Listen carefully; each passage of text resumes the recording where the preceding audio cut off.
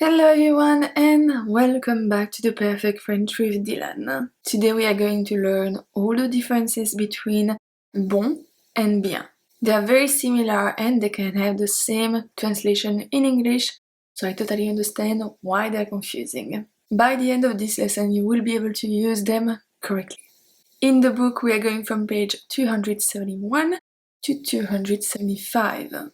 De 271 à 275. You can also join me on Instagram for a little quiz. Like I said, bon and bien have the same translation in English. They actually have many translations, but the main translation is good for both of them. Also, both of them can be adverbs, adjectives, or noun. So they have many uses. We are going to see everything about it. And let's start with bon. Like I said, bon can be an adjective, an adverb, or a noun. It will only agree in gender and number when it's an adjective.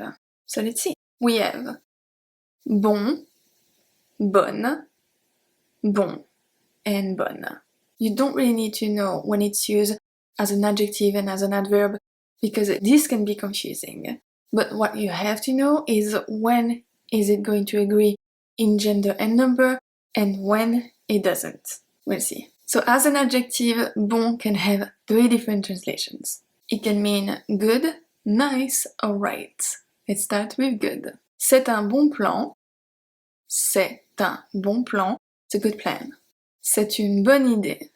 C'est une bonne idée. It's a good idea. So here, as you can see, bon and bonne are adjective. They help to give more information about the noun. They are also preceded by an article, so here it's going to agree in gender and number. Nous avons passé un bon moment. Nous avons passé un bon moment. Nous avons passé une bonne journée. Nous avons passé une bonne journée. We had a nice day. The last meaning for an adjective is when it means right. Let's see. Ce n'est pas le bon ticket. Ce n'est pas le bon ticket. It's not the right receipt. How many times I ask for the ticket at the supermarket here, and people look at me like I'm crazy. That's because for us, a ticket is a receipt. Okay? Another one. Ce n'est pas la bonne rue.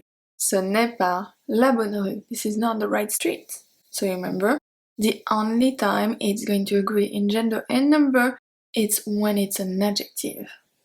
That's it. Now as an adverb, we have Il fait bon aujourd'hui. Il fait bon aujourd'hui. Ce parfum sent bon. Ce parfum sent bon. Okay? And as a noun, we have un bon d'achat. If you say un bon, everybody will understand, but technically the word is un bon d'achat. A coupon or voucher. J'ai un bon d'achat de $5. J'ai un bon d'achat de $5. Let's see 2 expressions with bon, and then we are going to see the greetings. We have pour de bon. Pour de bon. Pour de bon. For good. Il est parti pour de bon. Il est parti pour de bon. Bon marché. Cheap. Ce pull est bon marché. Ce pull est bon marché. This sweater is cheap. In greetings and wishes. Here it's also an adjective, so it's going to agree in gender and number. We have bonne année, bon anniversaire, bon journée, bon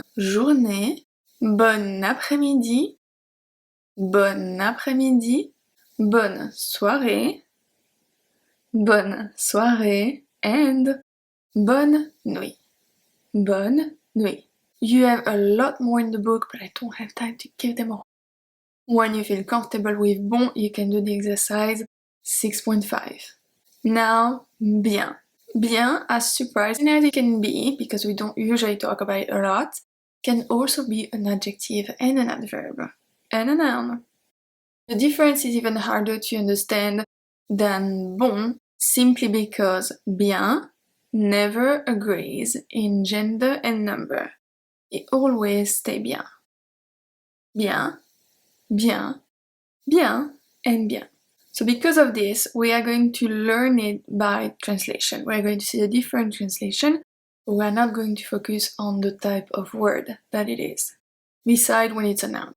But ask any French speaker to tell you the difference between bien as an adjective and bien as an adverb. Nobody's gonna know. The first translation and the most common one I told you was good.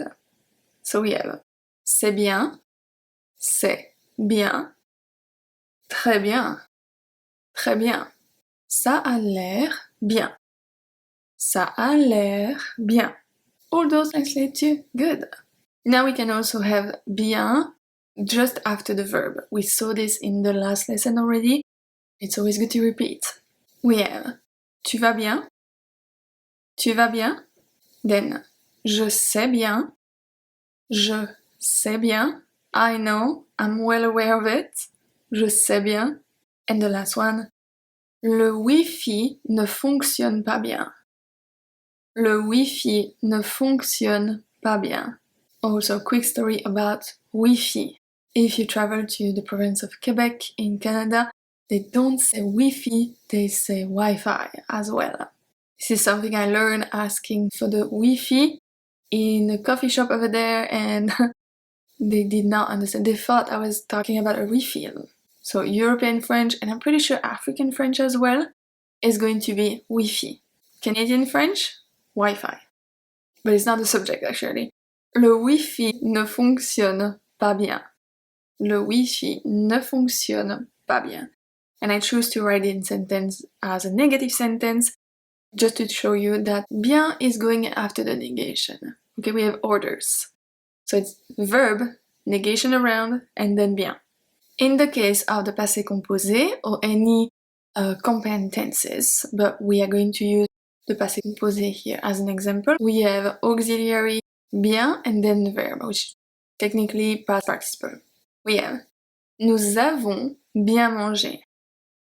Nous avons bien mangé. Nous avons bien étudié. Nous avons bien étudié. Nous avons bien travaillé. Nous avons bien travaillé. Okay?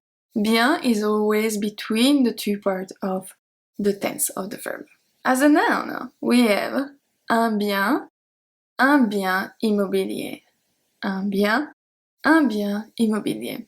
If you say un bien, everybody's going to understand you, but the right word is un bien immobilier. Real estate. Now the expressions. We have a lot for this one, so let's see. Allez bien. Allez bien, to be well. Je vais très bien aujourd'hui. Je vais très bien aujourd'hui. Bien entendu. Bien entendu. Of course, obviously. Bien entendu, nous serons là pour Noël. Bien entendu, nous serons là pour Noël. Bien entendu, nous serons là pour Noël. Then we have bien sûr que, which can be bien sûr que non, bien sûr que oui. Of course not, yes of course. Dire du bien de. Dire du bien de. Elle dit toujours du bien de toi. Elle dit toujours du bien de toi. On verra bien. On verra bien. We'll see. On verra bien si on a le temps. On verra bien si on a le temps. Bien prendre. Bien prendre. To take something well. Il a bien pris la nouvelle. Il a bien pris la nouvelle. Bien souvent, very often. Bien souvent, j'ai encore faim après le petit déjeuner. Bien souvent, j'ai encore faim après le petit déjeuner. Faire bien de. Faire bien de. To do the good thing. To do the right thing. Tu fais bien de me le dire. Tu fais bien de me le dire. This one, I really like this one. Être bien ou se sentir bien dans sa peau. Être bien, se sentir bien dans sa peau. Elle est bien dans sa peau. Elle est bien dans sa peau. Only one more. Être bien arrivé. Être bien arrivé. To arrive safely. Tu es bien arrivé. Tu es bien arrivé. Tu es bien arrivé. So that was the focus on bien. You can do the exercise 6.6. Now, bon and bien, and especially c'est bien, c'est bon. They both mean it's good, that's good. And it's actually very easy to differentiate. I know that for you, it will take a little bit of time to get used to use the right one, but it's very easy. We use c'est bon for a physical sensation, for a taste. C'est vraiment bon.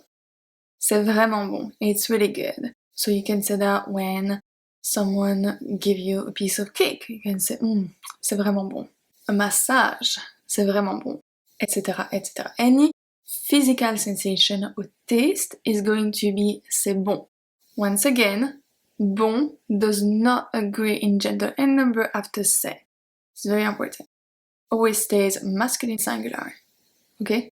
But if you want to talk about a judgment, an opinion, you will use c'est bien. C'est bien. Someone shows you a project that he has done. You can say, oh, c'est bien. C'est bien. A result of something, or some type of work. C'est bien. Good grades. C'est bien. Beefy does a trick. C'est bien. So it's very easy. Physical sensation, taste, bon. But judgment or opinion, bien. You can do exercise 6.7 in the book, and I also have, like I said, the little quiz on my Instagram story. It's only going to be there for 24 hours, so make sure to go and check it out. Tomorrow we have another interesting lesson. What a surprise! We are going to see the differences between encore et toujours, déjà et jamais. Very easy as well, you will see. So I will see you tomorrow. À demain.